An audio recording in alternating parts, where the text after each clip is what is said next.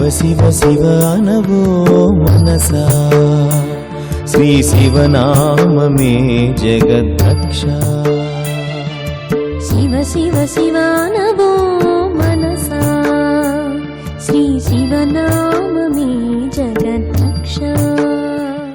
భగవంతుని అవయవములు పద్మములు, మనం తుమ్మెద.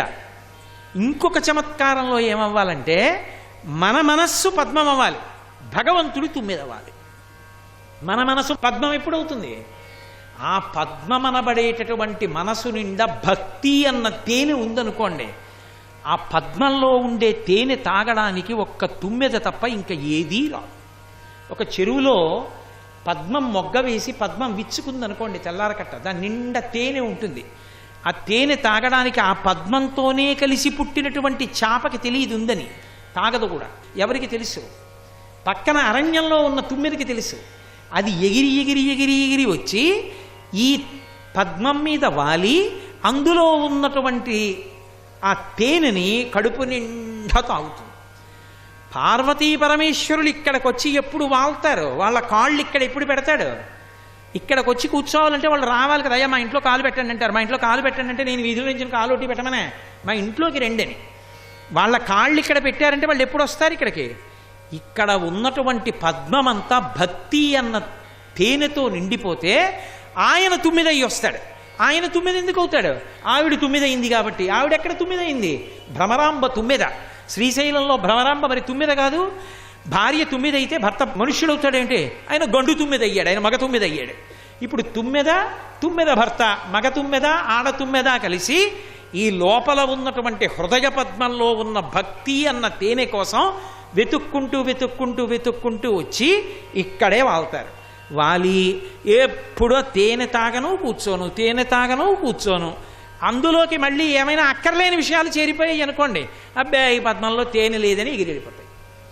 ఎప్పుడు భక్తి అన్న తేనె ఉందనుకోండి అలాగే కూర్చుంటాయి. అదే శంకరుడు శివానంద లహరిలో చోట చెప్తారు, భృంగీచ్ఛా నటనోత్కట కరిమదగ్రాహీ స్ఫురన్మాధవ లాదో నాదయుతో మహాసితవపు పంచేషు నాచాధృత సత్పక్ష సుమనోవనేషు సపునః సాక్షాన్ మదీయే మనో రాజీవే భ్రమరాధిపో విహరతాం శ్రీశైలవాసీ విభు అని పిలిచారు.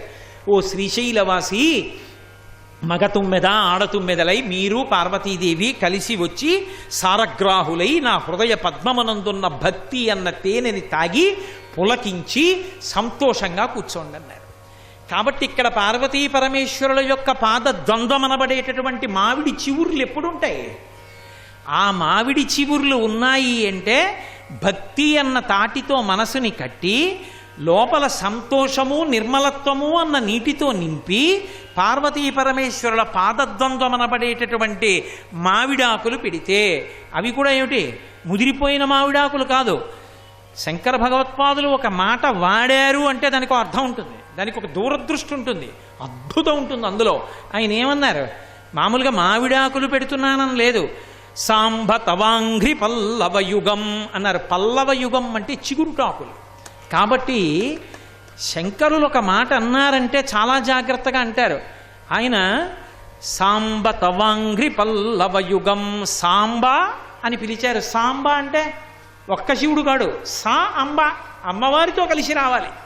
పార్వతీ పరమేశ్వరులు ఇద్దరి యొక్క పాదములు ఇక్కడ చిగుళ్ళలా ఉండాలి. ఇప్పుడు ఈ చిగుళ్ళు చూడగానే పాట ఎవరు పాడతారు? కోయిల పాడుతుంది. ఏ కోయిల పాడుతోంది? ఆ కోయిల పాడితే లోకమంతా సంతోషిస్తుంది. కాకెరిస్తే సంతోషించరు, పిచ్చుకలరిస్తే సంతోషించరు, కోయిల పాడితే సంతోషిస్తారు. కోయిల 365 రోజులు పాడదు, ఒక్క వసంత ఋతువులోనే పాడుతుంది. ఒక్క వసంత ఋతువులో పాడినా కోయిల పాట కోయిల పాటే. ఎక్కడ ఎవరు బాగా పాడినా కోయిల్లా పాడారంటారు. అటువంటి కోయిల కూస్తోంది. ఆ చిగుర్లు చూసేదా కోయిల? శంకరాచార్యుల వారు అనబడేటటువంటి కోకిల కూస్తోంది. కాబట్టి ఇక్కడ భక్తో భక్తి గుణావృతే ముదమృతా పూర్ణే మన ప్రసన్నే మన కుంభే సాంబ తవాంగ్రి పల్లవయుగం సంస్థాప్య సంవిత్ఫలం సత్వం మంత్రముదీరయన్. పూర్ణకుంభం పెట్టి పుణ్యాహవాచనం చేసిన తర్వాత ఏం చేస్తాం? ఆ నీళ్లు లోపల నుంచి తీసి చల్లుతారు అందరి మీద. వేద సమృద్ధిరస్తు, పుష్టిరస్తు, తుష్టిరస్తు, శాంతిరస్తు, అవిఘ్నమస్తు, పుత్రపౌత్రాభివరస్తు, వృద్ధిరస్తు, అనిష్ట నిరసనమస్తు, ధనధాన్య సమృద్ధిరస్తు, శాంతిరస్తు అంటూ అందరి మీద జల్లి ఇల్లంతా చల్లుతారు. అలా నేను నా ఇంట్లో చల్లుకుంటున్నాను ఆ నీళ్లు. ఏది నా ఇల్లు? నిజ శరీరాగార శుద్ధిం వహన్, ఇది నా ఇల్లు. అందుకే రమణ మహర్షి ఓ మాట చెప్తుండేవారు, అందరివి అద్దె కొంపలే అన్నారు ఆయన. ఎవరిది సొంత కొంప? అందరూ కొంప మార్చేవారే. అద్దె కొంప అంటే ఏమిటి? ఈ కొంప వదిలేస్తాడు, ఇంకో కొంపలోకి పోతాడు. ఇక్కడ చిల్లు పడిందండి అంటాడు, అబ్బాయి యజమాని బాగు చేయించలేదండి కాబట్టి ఈ ఇల్లు వదిలేస్తున్నాను, ఇంకో ఇంట్లోకి పోతాను.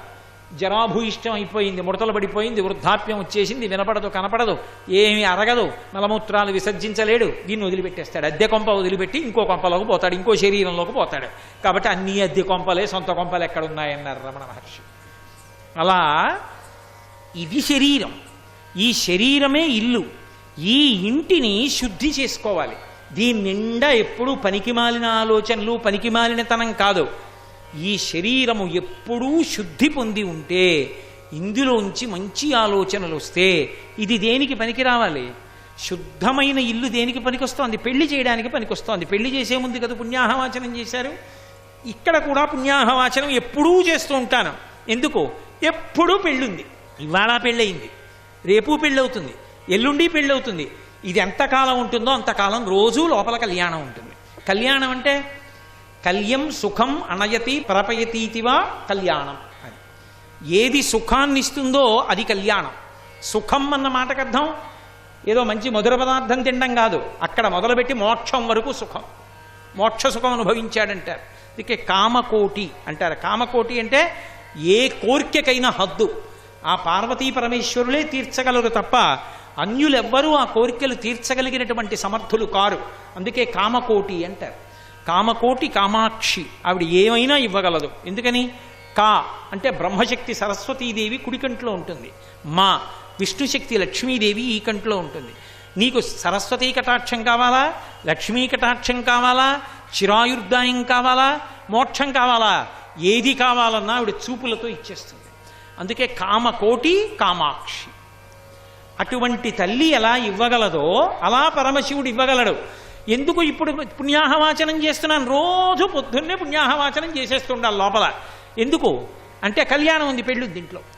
ఈ ఇంట్లో పెళ్ళి రోజు జరుగుతుంది, ప్రతిరోజు ఉంటుంది కళ్యాణం. భద్రాచలంలో సీతారామ కళ్యాణం ప్రతిరోజు ఎలా ఉంటుందో, వెంకటాచలంలో పద్మావతి కళ్యాణం ప్రతిరోజు ఎలా ఉంటుందో, లేకపోతే శ్రీశైలంలో ఆ తల్లి భ్రమరాంబ కళ్యాణం ప్రతిరోజు ఎలా ఉంటుందో, అలాగే ఇక్కడ కూడా ప్రతిరోజు కళ్యాణం ఉంటుంది, ప్రతిరోజు జరుగుతుంది కళ్యాణం ఈ ఇంట్లో. అందుకని ప్రతిరోజు పుణ్యాహవాచనం చేస్తాను. ఎందుకంటే మరి ఇల్లు శుద్ధంగా ఉండద్దు. ఏమిటి ఆ కళ్యాణం అంటే శంకరులు అంటున్నారు, సత్వం మంత్ర ముదీరయన్ నిజ శరీరాగార శుద్ధిం వహన్. బాబా ఏమి మాటలో ఎక్కడి నుంచి పడిపోతాయో శంకరులకి. సత్వం మంత్రముదీరయన్, పుణ్యాహవాచనం చేసేవాడు మామిడి మంటతో నీళ్లు పట్టుకుని మంత్రం చెప్తూ చల్లాలి. ఈ లోపల కూడా చల్లుతూ ఉంటాను. ఏం పట్టుకు చల్లుతుంటానో తెలుసా? ఈ మనస్సన్న కలశలో ఉన్న నీటిని భగవన్నామములను జపిస్తూ ఎప్పుడూ పుణ్యాహవాచనం చేస్తాను. అంటే నిద్రలేస్తూ శ్రీహరి శ్రీహరి శ్రీహరి, నిద్రపోతూ శివ శివ శివ శివ అని 11 మాటలు, మధ్యలో అవకాశం ఉన్నప్పుడల్లా గోవిందా గోవిందా గోవిందా శ్రీ మహావిష్ణో శ్రీరామ శ్రీరామ శ్రీరామ అంటూ ఎప్పుడెప్పుడు ఎక్కడెక్కడ అవకాశం ఉంటే అక్కడక్కడ భగవన్నామాన్ని పలుకుతూ ఉంటాను. ఈ భగవన్నామం పలకడమే ఈ శరీరాన్నంతటినీ కూడా, ఈ ఇంటిని శుద్ధి చేసుకోవడం. ఇప్పుడు ఈ ఇల్లంతా శుద్ధయింది, కళ్యాణం అవ్వాలి. సత్వం మంత్రముదీరయన్ నిజ శరీరాగార శుద్ధిం వహన్ కళ్యాణం ప్రకటీకరోమి. అయ్యా మా ఇంట్లో పెళ్ళి, మీ అందరు రండి అంటాను. మా ఇంట్లో కళ్యాణం, ఇక్కడ లోపల కళ్యాణం జరుగుతోంది, రండి రండి రండి రండి అని పిలుస్తున్నాను. ఏమిటి లోపల కళ్యాణం? ఇక్కడ కళ్యాణం జరగాలంటే నేను మగపెళ్లివారైతే ఆడపిల్లివారు రావాలి, నేను ఆడపిల్లివారైతే మగపెళ్లివారు రావాలి. అసలు నేను ఆడపిల్లివారా మగపెళ్లివారా? కళ్యాణమునందు ఎప్పుడూ మనం ఆడపిల్లివారమే. సర్వం శ్రీ ఉమామహేశ్వర పరబ్రహ్మార్పణమస్తు. స్వస్తి.